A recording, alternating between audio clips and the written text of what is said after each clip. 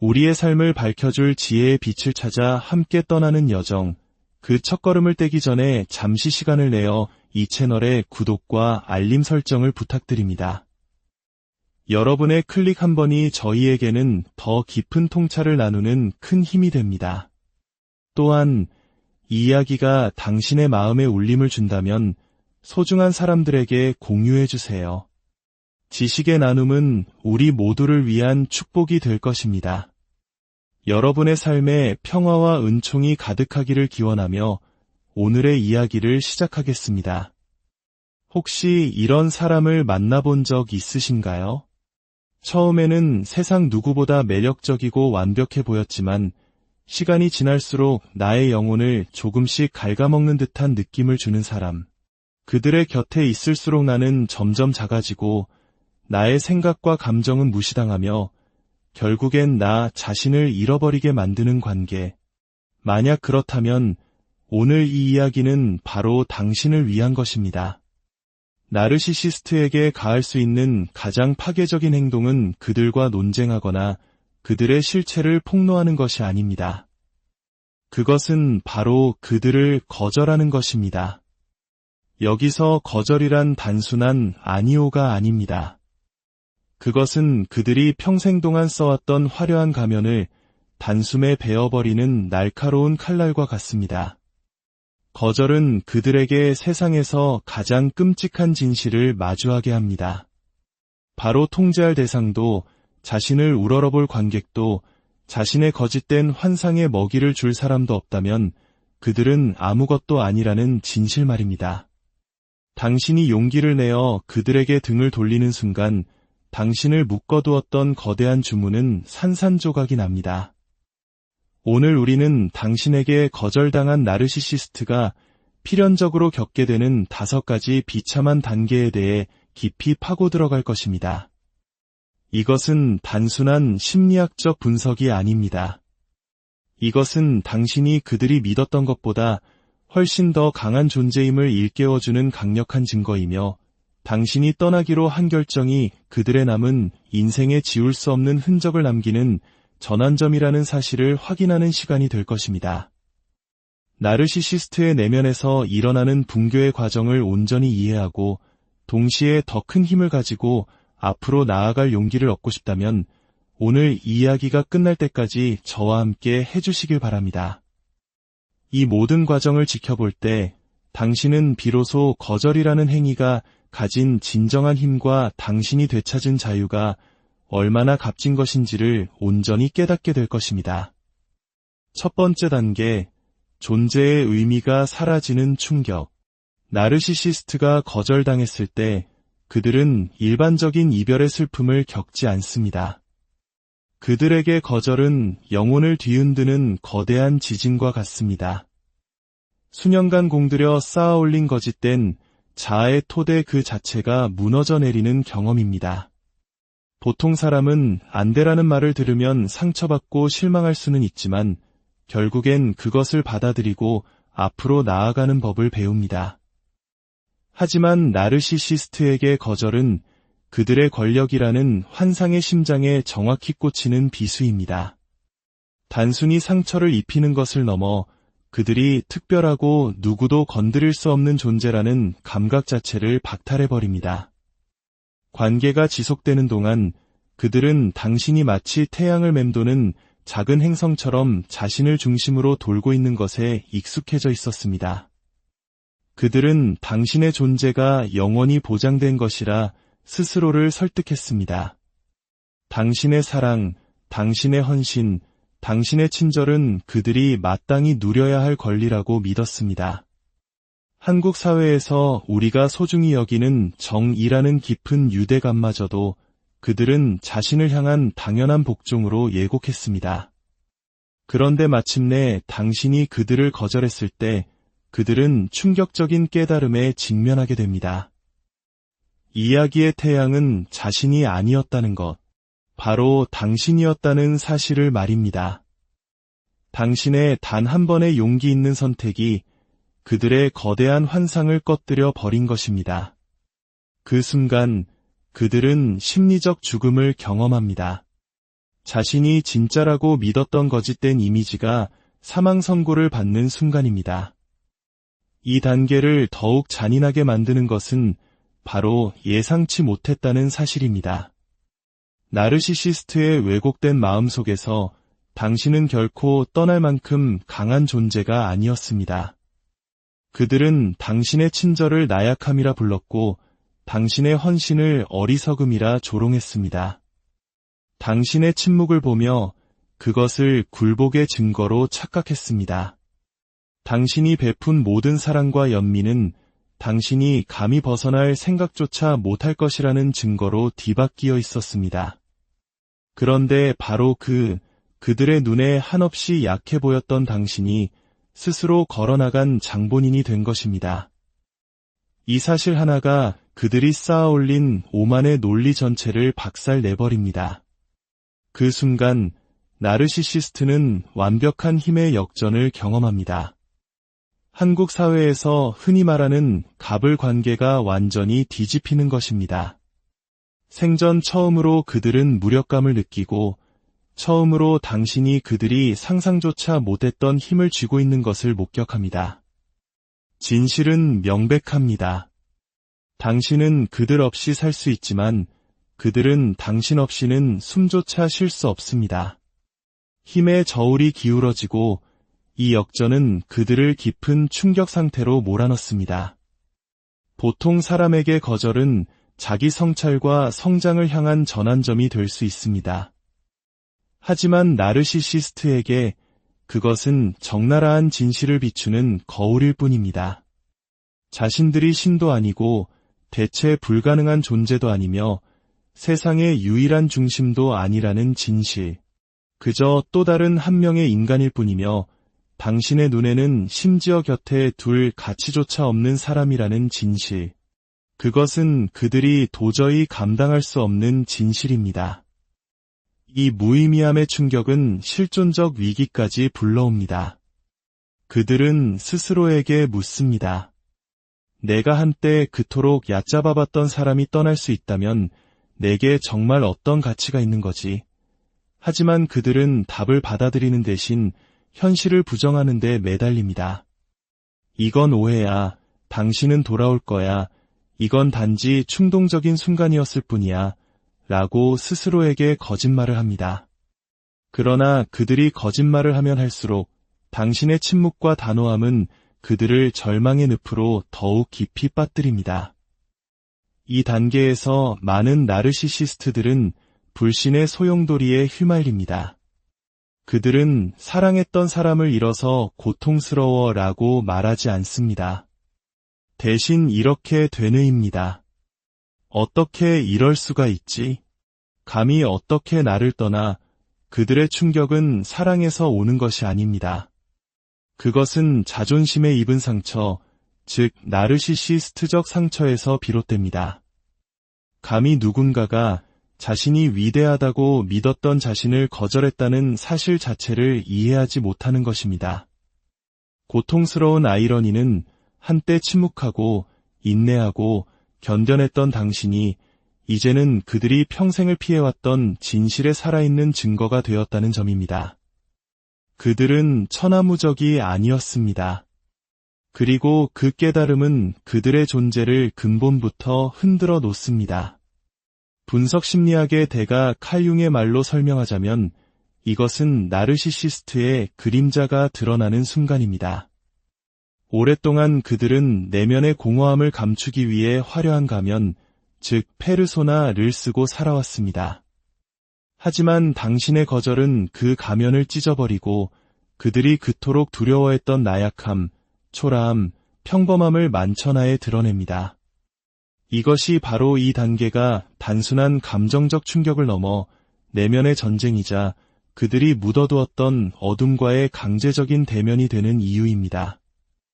여기서부터 그들의 추락은 시작됩니다. 자신의 거짓된 위대함을 비춰주던 거울, 즉 당신을 잃어버린 순간 그들에게는 오직 자기 자신밖에는 남지 않기 때문입니다. 그리고 마침내 내면을 들여다보았을 때 그들은 그곳에 아무것도 없다는 것을 발견합니다. 이것이 당신의 거절이 단순한 아니오가 아닌 이유입니다. 그것은 그들이 평생을 바쳐 쌓아 올린 환상에 대한 사형 선고인 것입니다. 두 번째 단계, 특권 의식에서 비롯된 분노. 첫 번째 단계가 무적이라는 환상의 붕괴, 즉 충격이었다면 두 번째 단계는 그 침묵 뒤에 폭발하는 거대한 폭풍입니다. 이때 나르시시스트의 상처 입은 자아는 맹렬하고 가차없는 분노로 폭발합니다.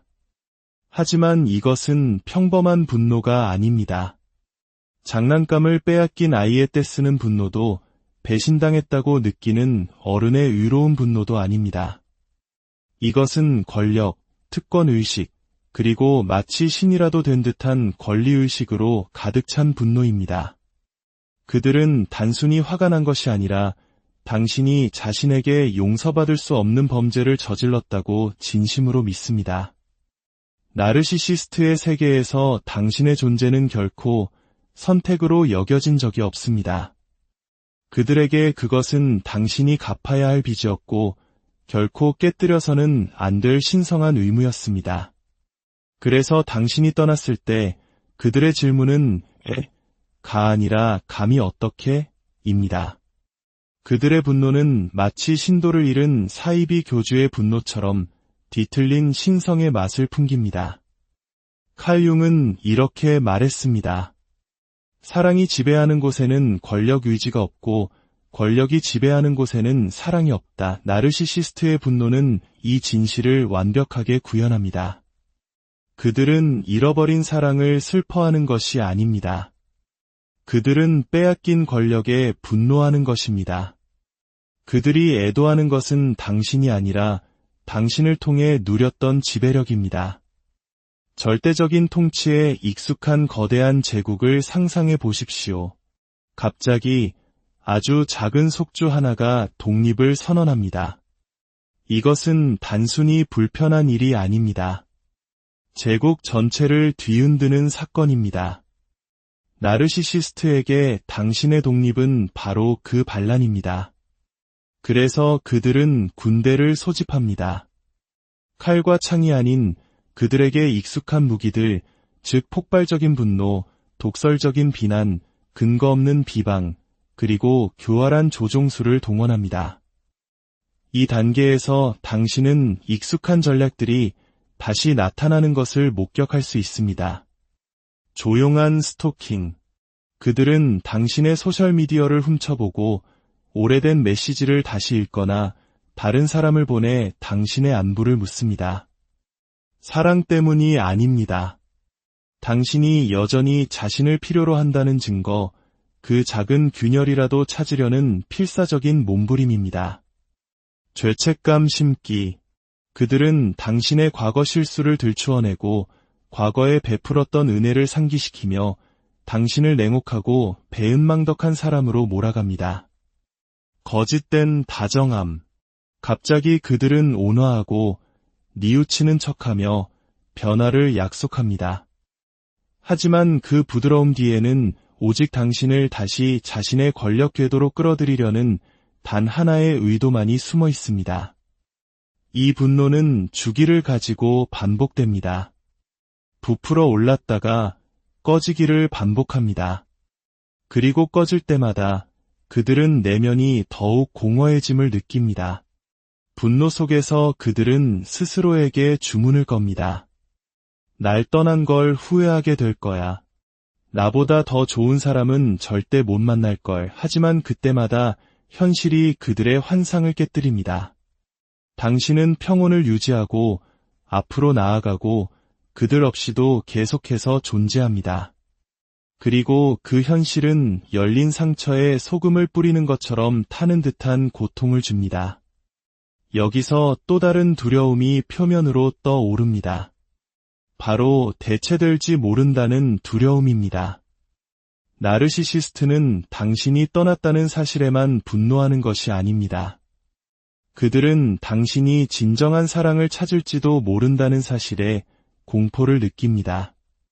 당신이 소중히 여겨지고 존중받는 사랑. 그들에게 그 가능성은 최후의 모욕입니다. 왜냐하면 그것은 당신이 그들 없이 살 수 있을 뿐만 아니라 훨씬 더 잘 살 수 있다는 것을 증명하기 때문입니다. 융의 용어로 말하자면 이것은 그림자가 가장 격렬하게 분출하는 순간입니다. 그들은 자신의 두려움과 초라함을 외부로 투사함으로써 그것을 묻어버립니다. 당신을 악당으로, 다른 사람들을 적으로, 그리고 온 세상을 자신을 향한 음모로 만들어버립니다. 하지만 모든 분노의 폭발은 그들이 마주하기를 거부하는 진실을 숨기기 위한 위장에 불과합니다. 그들은 통제력을 잃어가고 있으며 그들의 거짓된 자아는 균열을 일으키고 있습니다. 이 단계를 그토록 잔인하게 만드는 것은 바로 힘의 역전입니다. 오랫동안 그들은 당신이 자신들을 잃을까 봐 두려워하는 것에 익숙했습니다. 이제는 그들이 당신을 잃을까 봐 벌벌 떠는 신세가 된 것입니다. 그리고 그 역설은 잔인합니다. 그들의 분노가 커지면 커질수록 다른 사람들의 눈에는 그들이 더욱 작고 우스꽝스럽고 애처롭게 보일 뿐입니다. 하지만 조심해야 합니다. 모든 나르시시스트가 이 분노를 내면에만 가두지는 않습니다. 어떤 이들은 그것을 복수 캠페인, 험담, 동맹 규합, 루머 퍼뜨리기, 심지어 당신의 평판이나 새로운 관계를 망치려는 시도로 전환합니다. 이때 당신의 침착한 결단력이 가장 중요합니다. 왜냐하면 당신의 평온함이야말로 그들을 불태우는 불길이기 때문입니다. 당신에게 이 분노는 혼란스럽게 느껴질 수 있습니다. 하지만 기억하십시오. 그것은 당신의 가치에 대해 아무것도 말해주지 않습니다. 그것은 오직 그들의 나약함을 드러낼 뿐입니다. 감히 어떻게 나를 떠나 라는 모든 절규는 사실상 더 이상 힘을 가질 수 없다는 진실을 마주한 겁먹은 영혼의 울부짖음일 뿐입니다. 특권의식의 분노는 결국 지나갈 것입니다. 그리고 그것이 지나가면 그들은 동정심과 조종이라는 연극이 펼쳐지는 다음 단계로 비틀거리며 들어서게 될 것입니다. 세 번째 단계, 대중 앞에서 펼치는 비극적 연기. 두 번째 단계가 그림자 속에서 분노를 폭발시키는 것이었다면 세 번째 단계는 나르시시스트가 무대 위로 올라서는 순간입니다. 진실을 마주하기 위해서가 아니라 연기를 하기 위해서입니다. 이때 그들의 가면은 가장 화려하게 칠해지고 그들의 고통은 대중을 향한 연극으로 탈바꿈합니다. 그들은 침묵 속에서 패배를 받아들이기를 거부합니다. 대신 자신의 붕괴를 당신과 세상의 시선을 붙잡기 위해 고안된 비극적인 연극으로 전환합니다. 나르시시스트는 한 가지를 아주 잘 알고 있습니다. 만약 직접적인 힘으로 당신을 통제할 수 없다면 죄책감을 통해 통제하려 들 것이라는 것을, 그리고 그것을 위한 가장 효과적인 도구는 바로 동정심입니다. 그리하여 공연이 시작됩니다. 당신은 그들이 소셜미디어에 어쩌면 나는 사랑받을 자격이 없는 사람인가 봐라거나 누군가를 잃는다는 건 정말 사람을 파괴하는구나 와 같은 모호하고 우울한 글을 올리는 것을 볼 수 있습니다. 그들은 주변 친구들에게 당신 흉을 보며 눈물을 흘리고 심지어 이미 다 잊은 척 새로운 연인을 과시하기도 합니다. 하지만 자세히 살펴보십시오. 이 중 어느 것도 진정한 치유와는 관련이 없습니다. 이것들은 모두 무대 위의 소품일 뿐입니다. 이것은 자신의 사회적 체면을 지키기 위한 처절한 몸부림입니다. 융의 용어로 말하자면 이것은 페르소나, 즉 사회적 가면이 초과 근무를 하는 순간입니다. 나르시시스트는 내면의 그림자를 숨기기 위해 세심하게 칠해진 가면으로 살아남습니다. 거절이 그 가면을 깨뜨렸을 때 그들은 그 균열을 받아들이는 대신 화장을 더욱 두껍게 덧칠합니다. 그들은 외부인들이 자신을 불쌍한 피해자 혹은 강인한 생존자로 보기를 원합니다. 어떤 대본을 선택하든 목표는 동일합니다. 관심을 다시 자신에게로 끌어오는 것. 이 단계를 그들에게 참을 수 없게 만드는 것은 바로 당신의 침묵입니다. 그들이 슬픔에 잠긴 글을 올릴 때 그들은 당신의 마음이 흔들리기를 바랍니다. 그들이 새로운 연애를 과시할 때 당신이 질투를 느끼기를 원합니다. 그들이 다른 사람들 앞에서 울 때 그 소문이 당신의 귀에 들어가기를 기대합니다. 하지만 당신이 더 이상 반응하지 않을 때, 당신의 시선이 더 이상 그들의 무대에 고정되어 있지 않을 때 그들의 연기는 공개적인 굴욕이 됩니다. 왜냐하면 연극은 관객이 있을 때만 의미가 있기 때문입니다. 당신이 없으면 그들은 텅 빈 극장에서 홀로 독백하는 배우에 지나지 않습니다. 이 단계에서 나르시시스트는 종종 극단적인 감정 사이를 오갑니다. 때로는 당신에게 죄책감을 주어 냉혈한으로 만들려고 하고, 다른 때에는 이미 당신을 잊었다고 자랑하며 당신의 자존심이나 질투심을 자극하려 합니다. 그리고 두 가지 모두 실패하면 더 이상 아무도 자신의 대본을 믿지 않는다는 것을 깨닫고 수치심에 빠져듭니다. 깊은 내면에서 그들은 자신의 행동이 공허하다는 것을 알고 있습니다. 연기를 하면 할수록 아무도 진정으로 신경 쓰지 않는다는 것을 깨닫습니다. 당신은 미동도 하지 않고 주변 친구들은 의심하기 시작하며 심지어 그들이 과시하던 새로운 연인조차 어색함을 감지합니다. 연극은 그들의 이미지를 회복시켜주지 않습니다. 오히려 그들의 공허함을 비추는 거울이 됩니다. 칼 융은 말했습니다. 사람은 빛의 형상을 상상함으로써 깨닫는 것이 아니라 어둠을 의식함으로써 깨닫는다. 하지만 나르시시스트는 정반대로 행동합니다. 그들은 내면의 어둠을 마주하는 대신 인공적인 빛을 더 많이 칠합니다. 그래서 이 단계는 치유를 가져오지 못하고 고통과 거짓말을 연장시킬 뿐입니다. 이 순환에서 벗어난 당신에게 이것은 당신의 결의를 시험하는 시간입니다. 그들의 연극은 잠시 당신의 마음을 흔들 수 있습니다. 어쩌면 정말 고통스러워하는 걸까? 내가 너무 가혹했나? 하지만 이것을 기억하십시오. 만약 그들이 진정으로 변화를 원했다면 당신의 관심을 다시 끌기 위해 고안된 공연이 아니라 진정한 대화와 치유를 모색했을 것입니다. 동정심은 그들을 구원하지 못합니다. 그것은 오직 그들의 권력 게임에 먹이를 줄 뿐입니다. 아이러니컬하게도 그들의 공개적인 연극은 종종 역효과를 낳습니다. 그들이 동정심을 얻고 있다고 생각하는 동안 주변 사람들은 그 연기를 눈치채기 시작합니다. 의미심장한 게시물들, 반복되는 과시, 이 모든 것이 공황 상태에 빠진 영혼의 진실을 드러냅니다. 감탄을 불러일으키기는커녕 불안정함만 노출시킵니다. 공감을 얻기 위한 외침이라고 의도했던 것이 통제력 상실의 증거가 되어버립니다. 결국 모든 연극은 끝나야 합니다. 조명이 꺼지고 관객들이 흩어지면 나르시시스트는 차가운 현실과 마주합니다. 더 이상 당신을 통제하지 못하고 더 이상 칭송받지 못하며 더 이상 누구의 무대에서도 스타로 빛나지 못합니다. 그 침묵 속에서 굴욕감은 내면의 붕괴로 굳어지며 다음에 올 것을 위한 무대를 마련합니다. 바로 조용한 내면의 해체입니다. 네 번째 단계, 내면의 붕괴.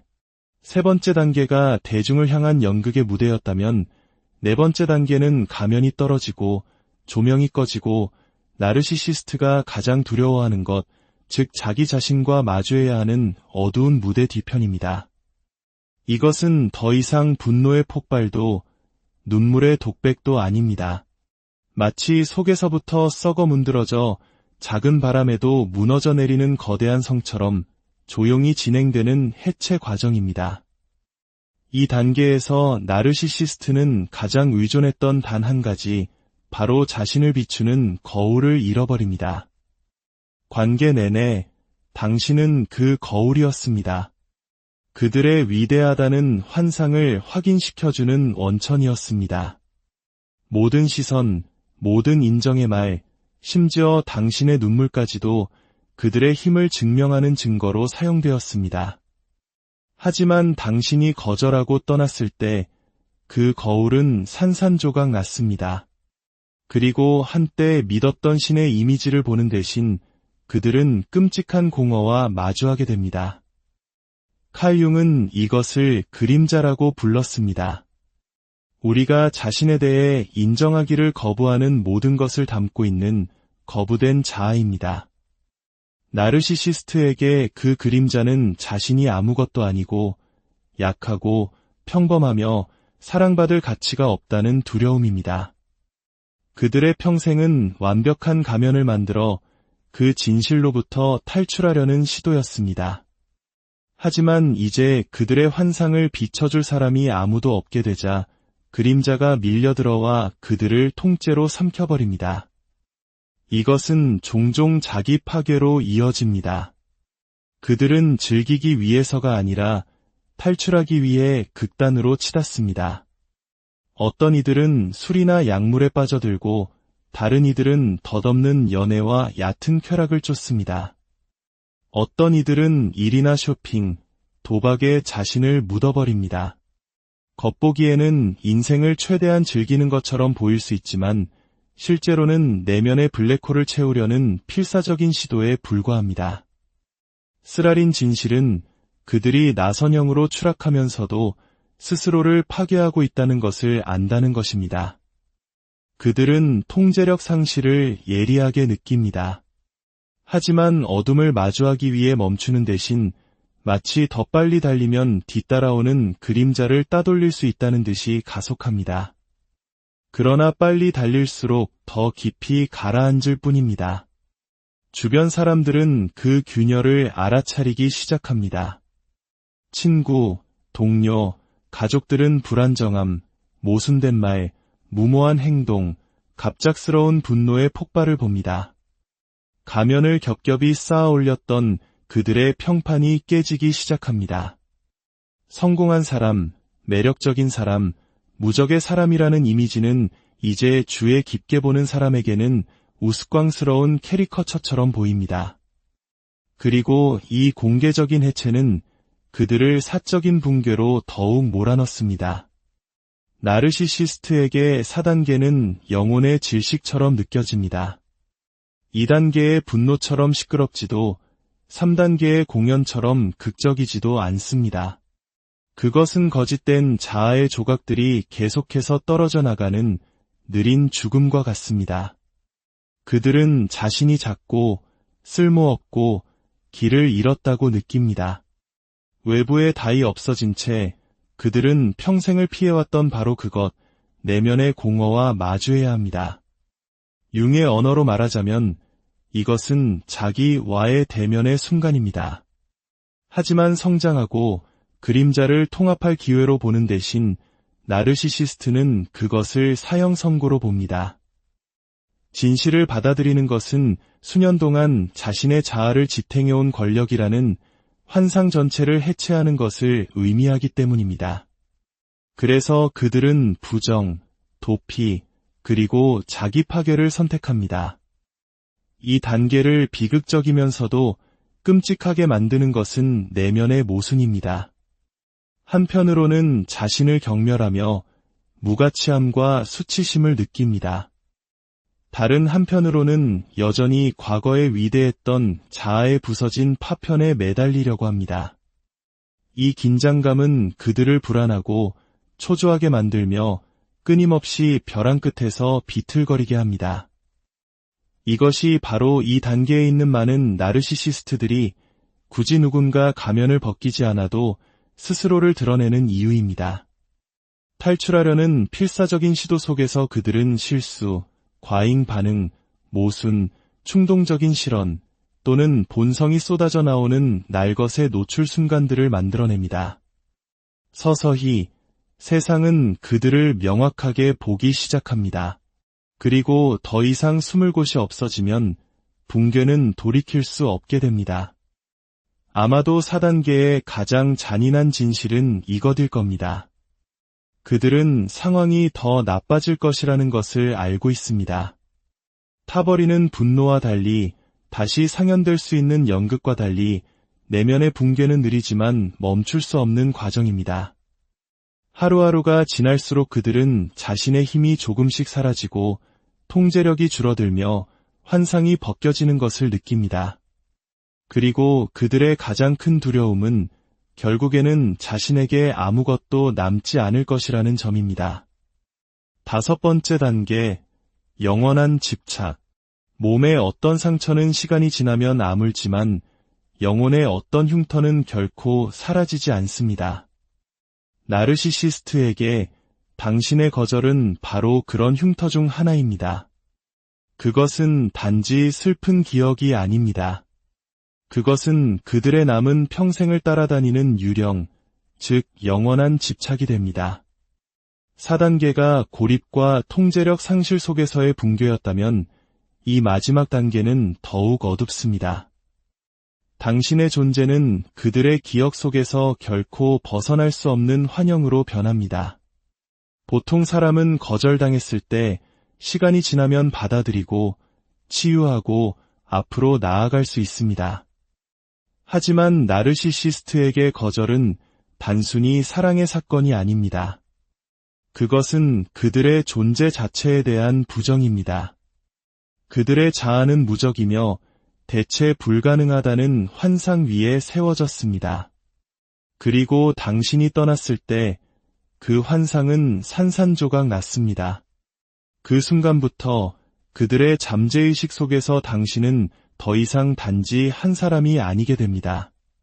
당신은 실패의 상징, 그들이 결코 마주하고 싶지 않았던 진실에 살아있는 증거가 됩니다. 그들은 평범하고 거절당할 수 있으며 우주의 중심이 아니라는 진실, 당신의 이미지는 지울 수 없는 조각처럼 그들의 마음에 새겨집니다. 새로운 관계 속에서 그들은 웃을 수도 있고 새로운 공급원을 껴안을 수도 있습니다. 하지만 가장 조용한 순간에 당신은 머릿속에서 울리는 목소리처럼 돌아옵니다. 그들이 당신이 자신들 없이 행복한 것을 볼 때 그 기억은 칼날을 더 깊이 찌릅니다. 그들이 당신이 진정으로 당신을 아끼는 사람에게 사랑받는 것을 상상할 때 집착은 격렬하게 타오릅니다. 칼 융은 말했습니다. 무의식을 의식화하기 전까지 무의식은 당신의 삶을 지배할 것이고 당신은 그것을 운명이라 부를 것이다. 나르시시스트에게 당신은 바로 그 무의식적인 부분입니다. 그들이 부인했던 그림자, 받아들이기를 거부했던 그림자, 그리고 그들이 그것을 마주하지 않기 때문에 당신은 그들을 따라다니는 운명이 됩니다. 그들은 당신의 이름을 말하지 않을 수도 있습니다. 하지만 당신은 그들의 침묵 속에 잠 못 이루는 밤에 새로운 사람 옆에서의 억지 웃음 속에 존재합니다. 비극은 이 집착이 사랑에서 비롯된 것이 아니라는 점입니다. 한때 소중히 여겼던 마음의 아픈 그리움이 아닙니다. 그것은 패배의 낙인이 찍힌 자아의 끊임없는 고통입니다. 당신은 그들이 결코 지울 수 없는 표시, 결코 드러내고 싶지 않은 실패의 흉터입니다. 심리학에서는 이것을 나르시시스트적 상처, 즉 자아의 상처라고 부릅니다. 하지만 이 경우 그 상처는 결코 아물지 않습니다. 그들은 수많은 관계를 전전하며 권력을 되찾기 위해 수백 가지 방법을 시도할지 모릅니다. 하지만 새로운 사람의 눈을 들여다볼 때마다 잠재의식 어딘가에서 그들은 여전히 당신의 시선을 봅니다. 한때 당신은 더 이상 나를 통제할 수 없어라고 선언했던 그 단호한 눈빛을 말입니다. 그리고 그 기억은 그들을 끝없이 불안하게 만듭니다. 훗날 그 집착은 이상한 형태로 나타납니다. 때로는 당신을 부정하거나 폄하하거나 다른 사람들에게 험담을 합니다. 마치 말로 진실을 지울 수 있다는 듯이. 하지만 그들이 부정하면 할수록 당신의 유령은 더욱 선명해집니다. 왜냐하면 진실은 거짓말로 지워질 수 없기 때문입니다. 진실은 그들의 잠재의식 깊은 곳에 묻혀 있습니다. 당신은 떠났고 그들은 당신을 막을 힘이 없었습니다. 결국 이 영원한 집착은 종신형이 됩니다. 그것은 매일 모든 관계, 삶의 모든 단계를 따라다닙니다. 그들이 새로운 사람의 손을 잡고 큰 소리로 웃으며 세상에 괜찮다는 것을 증명하려 애쓰는 파티에서도 그 화장 아래, 가면 아래 진실은 그들을 스토킹합니다. 밤이 되어 소음이 잦아들면 당신의 이름, 당신의 이미지, 당신의 거절이 다시 떠오릅니다. 이 모든 여정을 돌아볼 때 한 가지 진실이 명확하게 드러납니다. 당신의 거절은 단지 유독한 관계의 끝이 아니었습니다.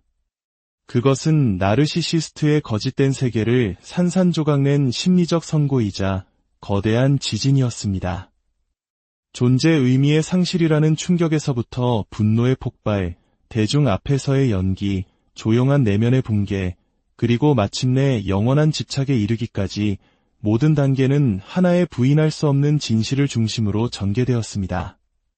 바로 당신이 그들이 틀렸다는 것을 증명했다는 사실입니다.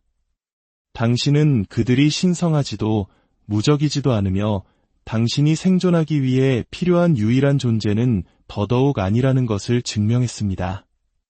진실은 당신이 단지 떠난 것이 아니라는 것입니다. 당신은 저주를 깬 것입니다. 이것은 잔인한 복수가 아닙니다. 이것은 자연스러운 정의입니다. 칼이나 위협이 필요 없는 정의, 오직 가장 단순한 힘, 즉 자기 자신을 선택하는 용기에서 비롯되는 정의입니다. 만약 지금 이 말을 듣고 있다면 이것을 기억하십시오. 당신은 나르시시스트를 떠남으로써 패배한 것이 아닙니다. 당신은 승리했습니다. 승리는 그들을 고통스럽게 만드는 것이 아닙니다. 그것은 당신의 가치를 되찾고 자신을 사랑하는 법을 배우며 다시는 누구의 꼭두각시도 되지 않는 새로운 삶의 문을 여는 것입니다. 당신은 평화를 누릴 자격이 있습니다. 그리고 그들이 아무리 애써도 나르시시스트는 결코 그것을 당신에게서 빼앗아 갈 수 없습니다. 당신의 여정은 쉽지 않았을 것입니다. 하지만 당신은 혼자가 아닙니다. 당신이 결단력을 가지고 내딛는 모든 발걸음은 빛이 됩니다. 나르시시스트가 남긴 그림자를 녹이는 빛, 당신의 앞날